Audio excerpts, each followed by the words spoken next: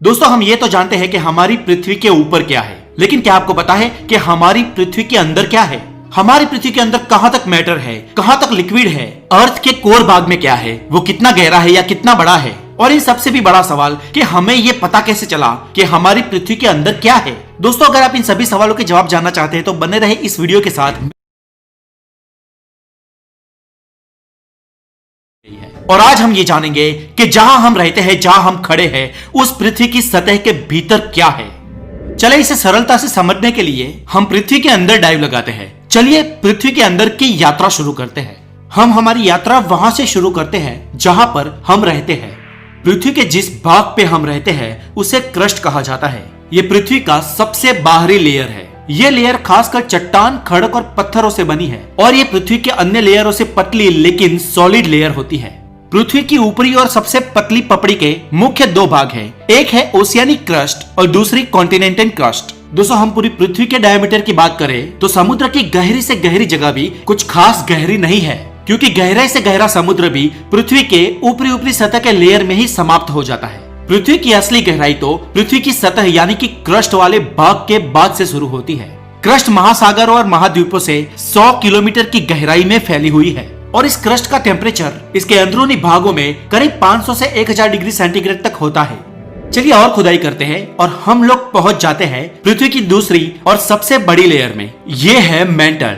Mental 2900 kilometre तक गहरी है और यहाँ का टेम्परेचर 4000 डिग्री सेल्सियस तक रहता है। और दोस्तों इस मेंटल के अपर लेयर को लिथोस्फीयर कहते हैं। ये लिथोस्फीयर मेंटल और क्रस्ट के बीच वाला एक भाग होता है और इस लिथोस्फीयर की खाली जगहों से हॉट मैग्मा ट्रैवल करके पृथ्वी की सरफेस तक पहुंचता है और वोल्केनोज के द्वारा लावा के रूप में एस्केप हो जाता है।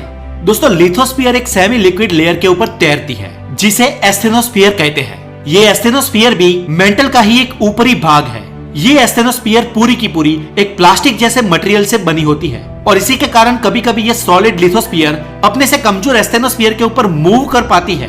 चले दोस्तों हम और खुदाई करते हैं और हम पहुंच जाते हैं हमारी अर्थ के कोर भाग में। ये हमारी पृथ्वी का कोर भाग है और पृथ्वी का ये कोर भी दो हिस्सों में बटा हुआ है, जिसके ऊपरी हिस्से को आउटर कोर और अंदरूनी हिस्से को इनर कोर कहा जाता है, या फिर ऊपरी हिस्से को लिक्विड कोर और अंदरूनी हिस्से को सॉलिड कोर भी कहते हैं। दोस्तों कोर के पहले हिस्से की बात करें तो यह हिस्सा हमें पृथ्वी के भीतर 5100 किलोमीटर की गहराई की खुदाई के बाद मिलेगा और यह पूरा का पूरा हिस्सा आयरन से बना है। अब दोस्तों आप ये सोचोगे कि यह हिस्सा अगर आयरन से बना है तो इसे लिक्विड कोर क्यों कहते हैं? तो दोस्तों आपको बता दूं कि इस आउटर या लिक्विड कोर का टेम्परेचर 4500 डिग्री सेल्सियस रहता है और आयरन 1500 डिग्री सेल्सियस पे पिघल जाता है, इसीलिए ये हिस्सा लिक्विड आयरन से बना है। और दोस्तों इस आउटर कोर के कारण ही पृथ्वी पर मैग्नेटिक फील्ड्स बनी है जो हमें कंपास का आसानी से यूज करने में सक्षम बनाती है।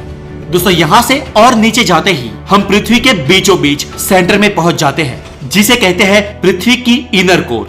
दोस्तों पृथ्वी की इनर कोर 1200 किलोमीटर गहरी एक सॉलिड लेयर है। ये हमें सरफेस से 6500 किलोमीटर की गहराई में मिलेगी। ये सॉलिड आयरन और निकल से मिलकर बनी होती है और यहाँ का टेम्परेचर रहता है करीब 6000 डिग्री सेल्सियस। सूरज के सरफेस का टेम्परेचर भी लगभग इतना ही होता है। अब दोस्तों आप सोचोगे कि इतने गर्म टेम्परेचर के बीच भी ये लेयर सॉलिड फॉर्म में कैसे रह पाती है? तो इस पर वैज्ञानिकों का कहना है कि ये लेयर पृथ्वी के दूसरे सारे लेयर्स के प्रेशर के कारण सॉलिड फॉर्म में रहती है। दोस्तों अब आप सोचोगे कि पृथ्वी के अंदर तक तो कोई नहीं गया, तो पृथ्वी के अंदर इतना सब कुछ है, इतने किलोमीटर्स में है और इस फॉर्म में है, ये हमें कैसे पता चला? तो दोस्तों पृथ्वी के अंदर की बनावट की स्टडी करने के लिए हम सीस्मिक वेव्स का उपयोग करते हैं। दोस्तों इस सीस्मिक वेव्स की टाइमिंग और स्ट्रेंथ हमें पृथ्वी के अंदर की बनावट बताती है। दोस्तों ये एक एनर्जी वेव्स होती है और ये वेव्स रॉक की डेंसिटी बदलने पर ग्रेजुएट होती है और खुद की स्पीड को बदलती है। इसके अलावा दोस्तों पृथ्वी के अंदर देखने का एक दूसरा तरीका भी हमारे पास है और जो है डीप रॉक्स की स्टडी।